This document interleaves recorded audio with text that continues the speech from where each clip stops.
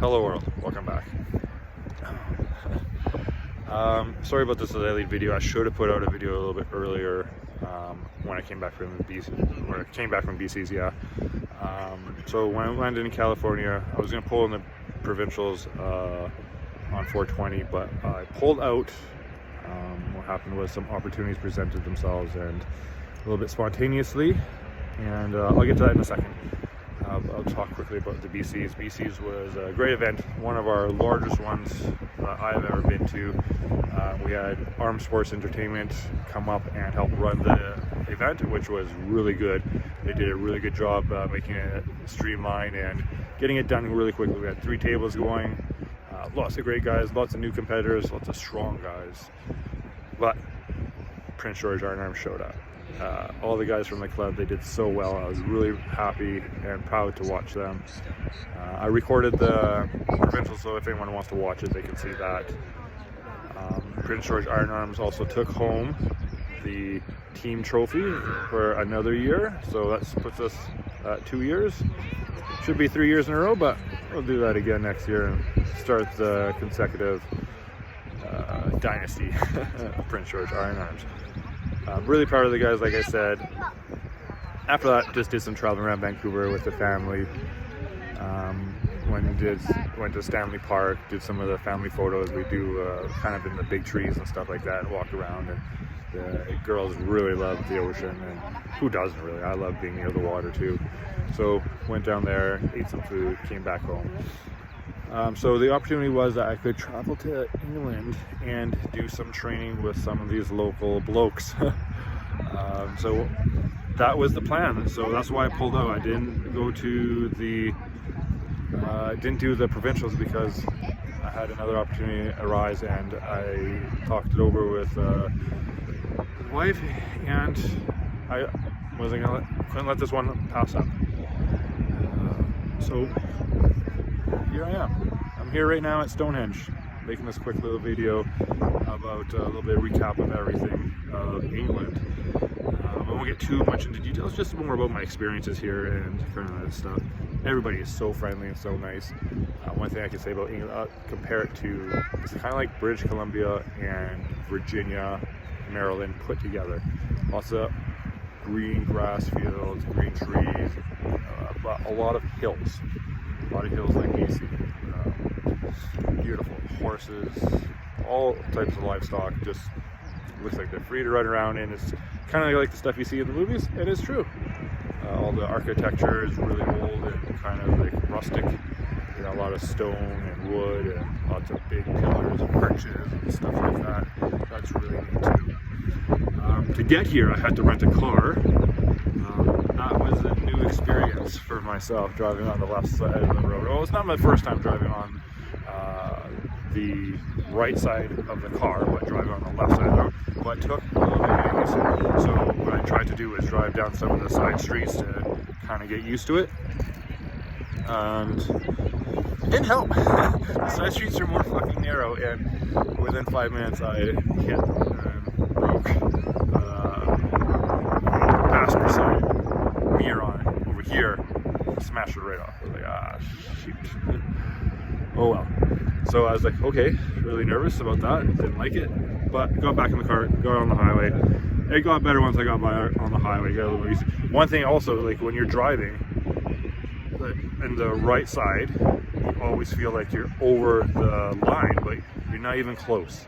You're more closer to the left line because I'm so used to driving on the left side, but so it took a lot of getting used to. Luckily, I got a vehicle that has some of the lane assist stuff, so that has been very helpful, and I got some healthy tips from some of the local blokes down here. I really want to meet up with like Tom Holland and some of those guys, and Bogdan and some of the other guys. I didn't get an opportunity. He was pulling me in New Jersey that weekend. Didn't get to see everyone that I wanted to see, but I got a lot of pulling in, and I can say my arms are beat. Maybe another question you might be asking, did I lose anything? Yes, I lost myself. My wife even bought me this as soon as I got back. A fanny pack to carry around everywhere with me.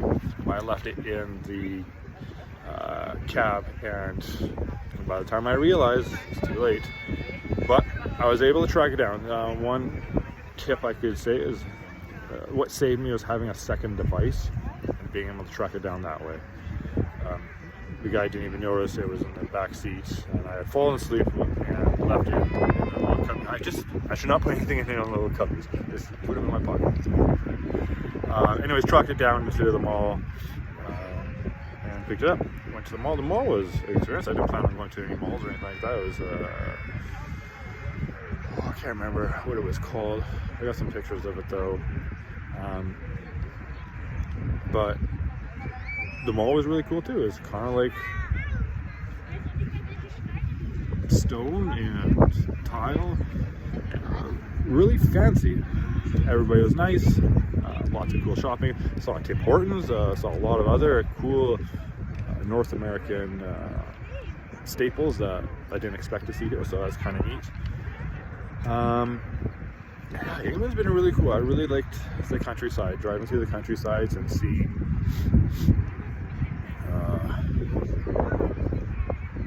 the wildlife crossing the road, the sheep all herding around, and you got little baby sheep, so it's like, I guess, fawning season, so lots of baby sheep right there, really cute.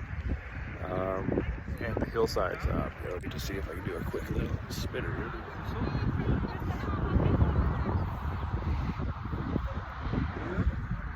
Lots of people here right now, actually. Didn't expect to be so many people, but it's Stonehenge. I guess that's what you should expect when you go to Stonehenge. Big tourist thing. Let me quickly talk about Stonehenge. So a couple little local theories as like for paganism, ancient paganism, maybe some other things like maybe like a GPS or a time thing. I'm not exactly sure myself. I've always wanted to come here. I've always been really interested in like ancient history because this dates back thousands before Christ. So maybe you guys have some ideas what this might mean to you or what it might mean to civilization. I don't know. I know it's been around for a long, long time, and I don't even know how it got here. A lot of hard work. Going forward from here, see a little bit more of the countryside and get ready to go back home. Really miss the wife and kids. One thing I do regret is not having the time. It was too spontaneous and too quick to have planned for the family to come, so I wish I would have brought them out here. I do really miss that. Next up is Arizona State Championships. We got at the end of this month, so June 1st, or beginning of next month, I guess. June 1st, Arizona Championships. That should be a big one. I'm pretty sore, so I already actually jogged today. It was really nice to have a vehicle and be able to go where I want to go and do what I want to do at my own time. So just taking the time just to recover and make sure I'm ready when I get back home, because the flight's like 14 hours to get back collectively. Oh my gosh, let me tell you about the flight coming here. Okay, so it was Frankfurt to Manchester. It was really quick, just like I'm sitting in there, sure enough I'm sleeping. The plane just takes off, I'm dozing off. All I hear is there a doctor is there a doctor on board? Is there any medical personnel? I'm like, I heard that, but I'm just going to ignore it for now. And then again over the PA system, is there a doctor or any medical personnel? Like, okay. I look around and look, because I'm sitting in the aisle. I look down the aisle, see if no one's getting, like, oh shoot. I'm like, I put my paramedic if I can help. And I was like, yes, come with us. So go to the back. There was this gentleman who had just taken off from, or who had just after takeoff had gotten really sick, diaphoretic, and nauseated, vomited twice, short of breath, with near syncope. So get back there. I lay him down immediately, start talking to him. Nice guy. So he had a disease called Berganda disease,